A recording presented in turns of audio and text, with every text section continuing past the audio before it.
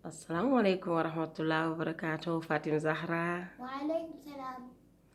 Ça va? Yes.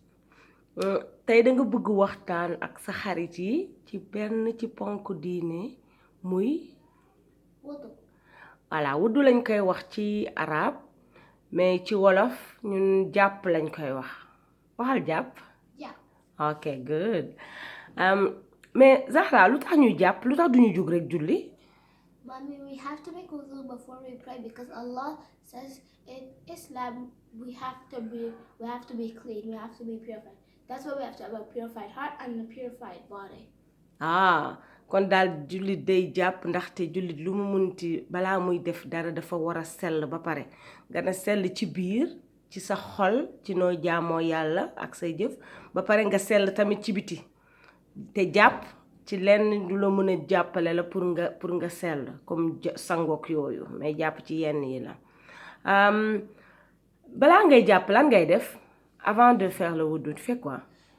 Before you make wudu, you have to have intention in your heart.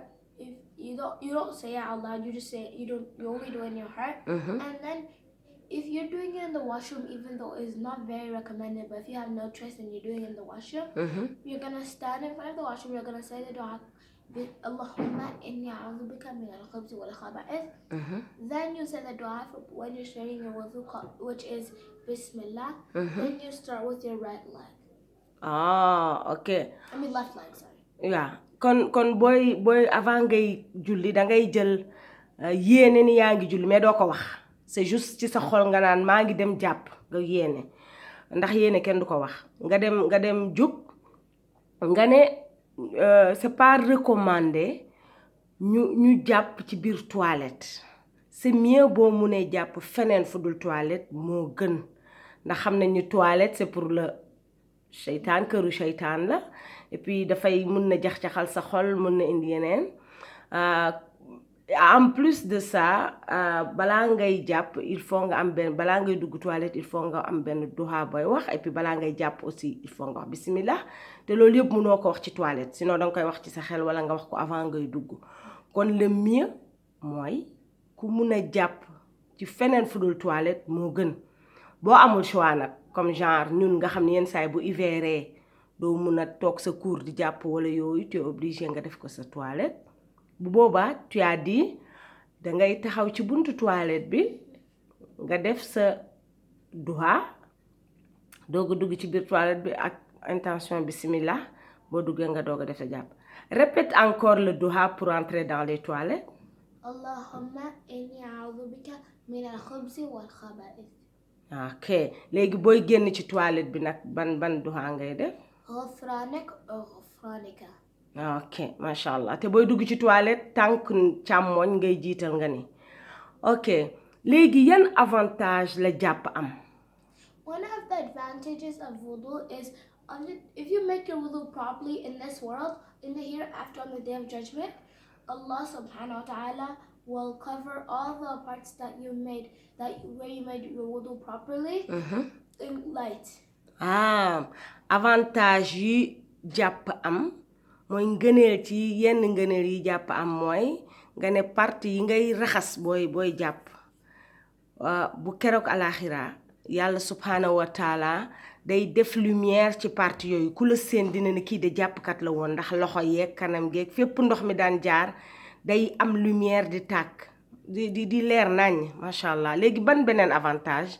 Another advantage is on the day of judgment, if you make your wudu properly, Allah subhanahu wa ta'ala will open all the 7 doors of Jannah and you get to choose which one you want to go. Subhanallah yàlla nañ yàlla defal loolu nga ne beneen ngëneel bu jàpp am mooy ku doon jàpp bu matale bu baax bu keroog alaxira yàlla da lay tijjil juróom-ñaari buntu aljana yi ne la choisiral ban nga ci bëgg pour dugg aljana lii de jar na foo nit julli toll rek di am jàpp fu mu toll.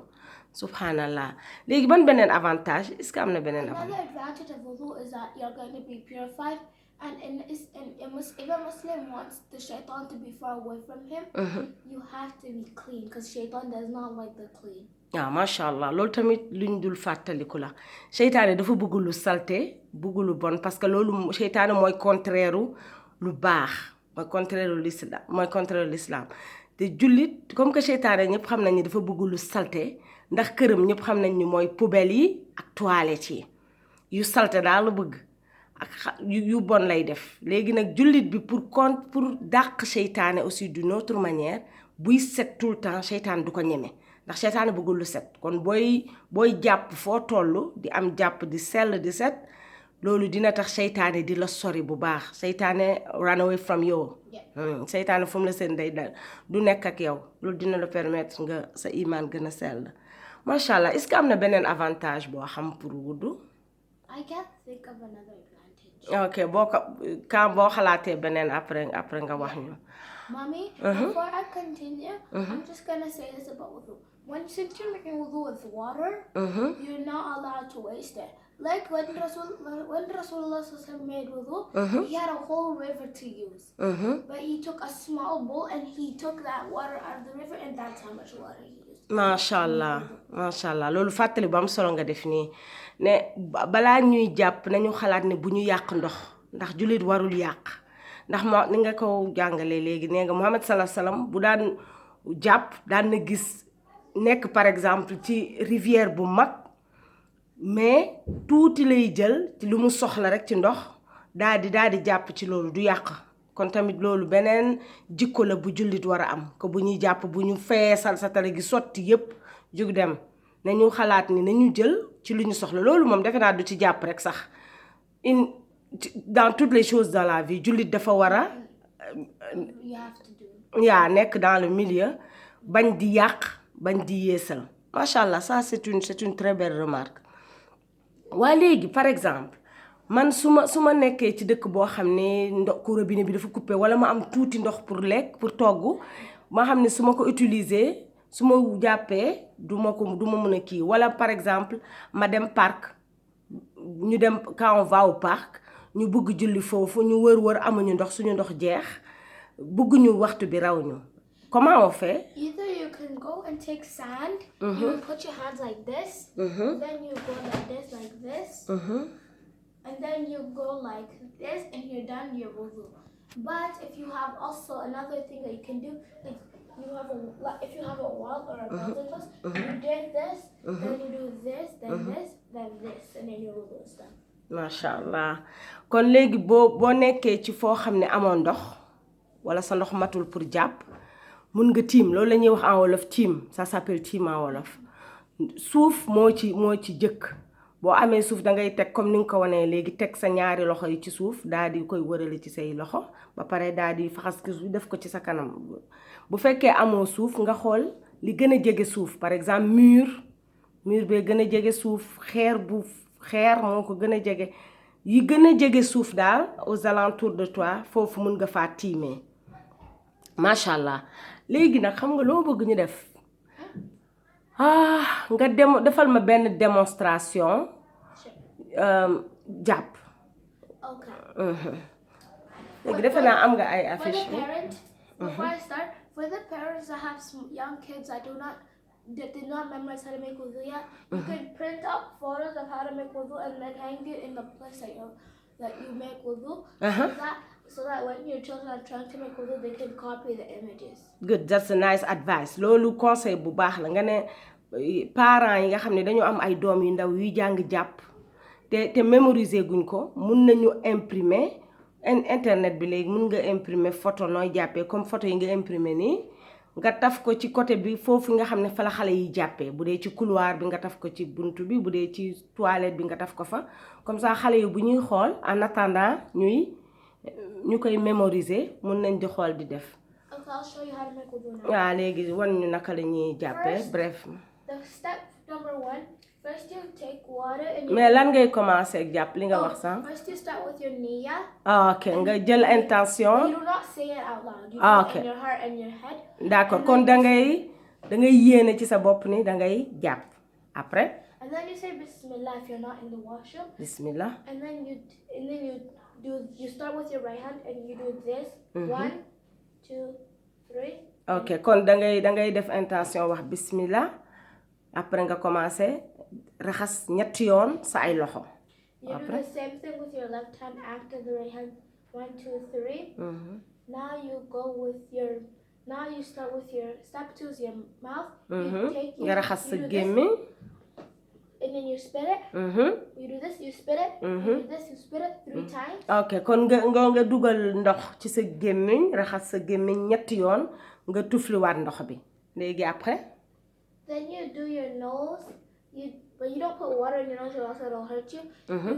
You can dump your fingers and do this. ok kon léegi da ngay après nga saraxniku mais mun nga bañ a dugal ndox bi ci sa bakkan pour mu lay gaañ mun nga saraxniku rek wàccewaat ko nii après Then you dump your hands, and then you do this. ok nga raxas sa kanam benn yoon waaw. Now you go to your arms. You start with from the wrist to the elbow. ok 3 times. ok nga raxas sa loxo yi With your right hand. ok ci nga commencé ci sa loxo ndeyjoor ba ci sa conc bi. ok après sa loxo càmmoñ. You do the same thing with your left after. Then now you damp your hands again, and you take it and you do this on your hair only once. Masha Allah kon léegi après nga dugal sa loxo ci ndox bi aussi nga def sa bopp massa sa bopp benn yoon ci ginnaaw. Now you damp you damp your thumbs and your index fingers, and then you do this only once on both. ok après sa loxo yi nga def ko kii mais même ndox bi nga utiliser pour raxas sa bopp mun nga jaarale ci nopp bi en même temps inshallah. ok And now last you start with your right foot, you wet it, then you do this. léegi naka ngay commencer ci bu fekkee sa loxo sa tànku càmmoñ teg ko ci suuf ndax mu gën a leer. From here. sa baaraam bu ndaw bi ngay commencer raxas mu jëm si bu mag bi après nga def. And then you do it here, but your foot has to be wet till the ankle. ok il faut nga dem ba ci kii bi noonu yax bi nekk foofu yëpp war na tooy. Then you do the same with your left. And for the people that get confused, if you made wudu for fresh, but you broke it and you do not want to remove your socks, the only way that you can do your wudu on top of your socks is if your socks are above your ankle and that you made wudu in the morning. ok loolu mat a xam la parce que lu yombal yenn saay diine ji la lu ñu yàlla may la pas yombal diine mais ci yu ñu yàlla. And for the hair too, the hijab too. ok lu ñu yàlla may la parce que surtout pour jigéen ñi danga ne bu fekkee ni par exemple da nga génn sa kër nga jàpp ci suba gis fajar nga jàpp ba pare nga sol kawas nga dem par exemple liggéey wala nga dem école heure jàpp jot soit mu sedd wala fi nga nekk bu dee jigéen nga bëggoo dindi sa muuraay di jàpp ci kanamu nit ñi wala nga sol dàll wala nga sol kawas bëgguloo ko mënoo ko dindi loolu yàlla may na la nga massa ci kaw kawas bi ba baa ngay ñibbi sa kër jàpp boo jàpp rek da ngay massa ci kaw bu dee da nga def hijab aussi te bëggoo koo dindi soit di defaraat bi di metti wala ay nit nekk fa bëggoo wane sa bopp mën nga massa ci kaw hijab bi bu boobaa sa jàpp day baax journée bi yëpp mën ko def ba baa ngay delluwaat sa kër.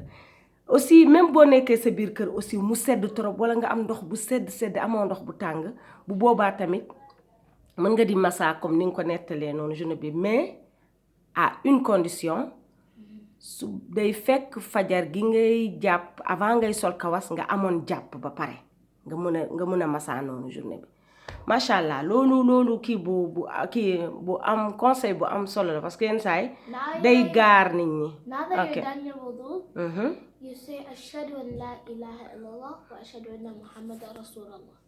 ok léegi boo defee loolu ba pare nga sa jàpp après nga def seede bi nga wax again ashhadu an la ilaha illallah wa ashhadu anna muhammadan rasulullah sallallahu alayhi wa sallam. Thank you Fatima. ok am nga leneen loo ci bëgg doole Allah subhanahu wa ta'ala made the wudu in the order like this. Okay. So you cannot just go first you do your head, then you do your mouth. Masha Allah fàtte woon naa loolu wax nga dëgg parce que Muhammad sallallahu alayhi wa sallam daf ñu jàngal ni ñuy tegalee julli jàpp astaghfirullah boo defee lii def lii comme li mu nekkee ci photo bi nga ne kon mënuñoo ñëw rek commencé fee dali fee niñ ko jàngalee noonu mu commencé benn ñaar ñett dañ ko war a suivre noonu et puis beneen affaire aussi bu ñu war a rappeler pour jàpp que pour jàpp bi baax tu dois pas faire un attendre pour faire l'autre ça doit être continu booy jàpp da nga war a lépp da nga ko war a defandoo mu bañ a am dagg-dagg par exemple raxas sa loxo jël sa téléphone di wax ba loxo bi wow nga ñëw rek continuer déedéet boobu pour jàpp bi baax da ngay cër bi nga mujjee def day tooy bi ci topp aussi tooy dafa war a geste yi dafa war a toppante daal macha allah Zahra tey jàngal nga ñu lu bari yàlla na la yàlla fay yiw que Allah reward you and your parents ñi koy déglu yàlla nañ ci jariñu incha allah on se dit à bientôt incha allah dans une autre vidéo. Assalamu alaikum. Wa alaikum salam wa rahmatullah.